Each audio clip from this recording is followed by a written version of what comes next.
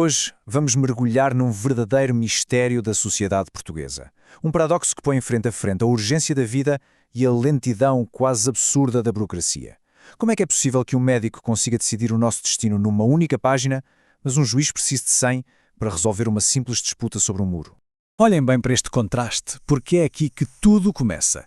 De um lado, temos um diagnóstico médico, uma decisão que pode, literalmente, ser de vida ou de morte e cabe toda numa única folha de papel. Do outro, uma sentença judicial sobre um banal muro partilhado que se transforma num tratado de 100 páginas. A desproporção é tão, mas tão grande que a pergunta é simplesmente inevitável. Então, por que é que isto acontece? Por que é que temos esta, como a nossa fonte lhe chama, histeria justificativa no mundo do direito? É exatamente esta questão que vamos tentar desvendar hoje. Vamos mergulhar a fundo para perceber as causas desta obesidade judicial.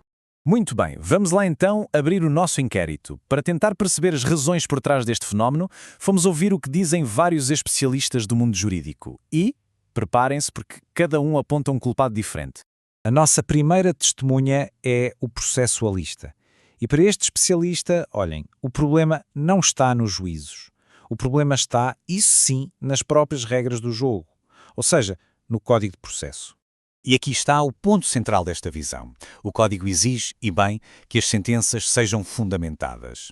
O problema é o medo, o pânico que um juiz tem de ver uma instância superior anular a sua decisão por falta de fundamentação. E o que é que acontece?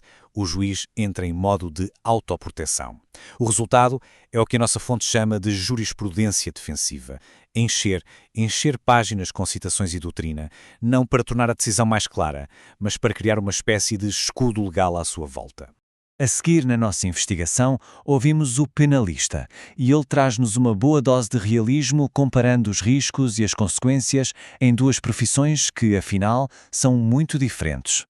E esta comparação é absolutamente demolidora. Pensem nisto. O médico, se errar, enfrenta consequências gravíssimas, muitas vezes pessoais. Pode ser o fim da carreira. O juiz, por outro lado, ao optar por escrever um romance cheio de citações de 1930, na pior das hipóteses, o que é que acontece? Atraso na vida do cidadão. O risco judicial, como diz a fonte, fica diluído num mar de papel. Há aqui claramente uma diferença brutal de responsabilização.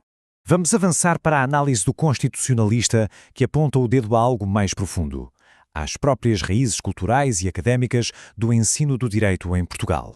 Esta perspectiva é fascinante. O que ela sugere é que a complexidade, no fundo, é uma demonstração de poder, de prestígio. A cultura académica do direito valoriza a erudição, o palavreado complexo. Como diz a citação, o juiz não está a escrever para o cidadão comum que só quer ver o seu problema resolvido. Não. Ele está a escrever para os seus pares, para os juízes dos tribunais superiores, numa linguagem que só aquela elite jurídica percebe. O cidadão, esse, fica de fora a ver. E por fim, para fechar este painel de testemunhas, temos a visão do administrativista. Ele apresenta-nos a ironia máxima de todo este sistema e foca-se na forma como o próprio Estado comunica connosco. Isto é absolutamente brilhante, porque ilustra na perfeição a hipocrisia do sistema. Reparem, para nos cobrar impostos, o Estado é super moderno. É rápido, é digital, é direto. Manda um SMS.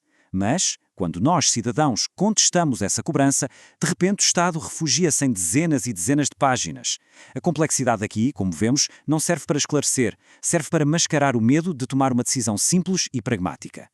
Bem, depois de ouvir todas estas perspectivas, o diagnóstico parece claro. Esta cultura de escrever rios de texto não é um mero detalhe estilístico, é, na verdade, um problema sistémico. Um verdadeiro cancro que tem um custo real e que todos sentimos. A inacreditável lentidão da justiça. Portanto, resumindo, o que é que temos aqui? Temos um sistema onde as sentenças longas funcionam como um mecanismo de defesa para os juízes, um escudo para se protegerem, uma forma de exibir conhecimento e, no fundo, uma fuga à responsabilidade de tomar uma decisão clara e pragmática. E o resultado final de tudo isto? Um atraso massivo na justiça que prejudica toda a gente. Mas será que há solução? Bom, identificado o problema, a nossa análise também propõe uma receita para a cura, uma espécie de terapia de choque, com medidas cirúrgicas para tratar o sistema desta obesidade textual.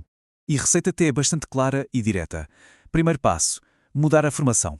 Treinar os juízes para serem objetivos, para usarem a navalha de Occam em vez do fetiche por citações antigas. Depois, uma medida prática.